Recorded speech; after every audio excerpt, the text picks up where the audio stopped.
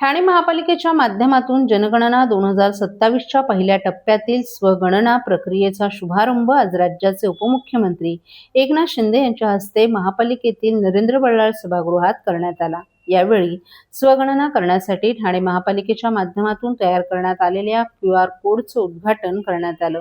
जनगणना ही महत्त्वाची असून नागरिकांनी स्वयंस्फूर्तीनं QR कोडच्या माध्यमातून स्वगणना करून प्रशासनाला सहकार्य करावं असं आवाहन त्यांनी यावेळी केलं। यावेळी महापौर शर्मिला पिंपळकर, पालिका आयुक्त सौरभ राव, जिल्हाधिकारी डॉ. श्रीकृष्ण पांचाळ, उपमहापौर कृष्णा पाटील यांच्यासह इतरही मान्यवर उपस्थित होते। यावेळी उपमुख्यमंत्री एकनाथ शिंदे यांनी स्वगणना केल्याबद्दल जनगणना निर्देशालयाचे सहसंचालक रमेश भोसले यांनी त्यांना सन्मान चिन्ह प्रदान केलं। यावेळी महापालिकेनं जनगणनेची जनजागृती करण्यासाठी तयार करण्यात आलेल्या सेल्फी पॉइंटचं अनावरण उपमुख्यमंत्री एकनाथ शिंदे यांच्या हस्ते करण्यात आलं। उपमुख्यमंत्र्यांनी QR कोडच्या माध्यमातून स्वतः स्वगणना केली आणि उपस्थितांनाही याबाबत आवाहन केलं।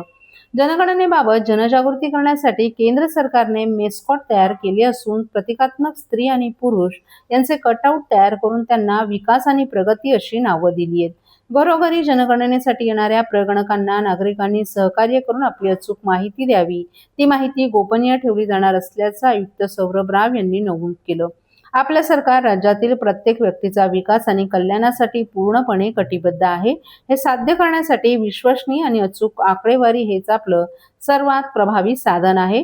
आपणास माहीतच आहे की जनगणना 2027च्या पहिल्या टप्प्यातील स्वगणना प्रक्रियेचा आज अधिकृतपणे सुरू झाली असून ती 15 मे पर्यंत सक्रिय राहणार आहे। याबाबत ठाणे महापालिका मुख्यालय स्तरावर मदत कक्षाची निर्मिती करण्यात आली असल्याचं सहाय्यक आयुक्त सचिन बोरसे यांनी नमूद केलं।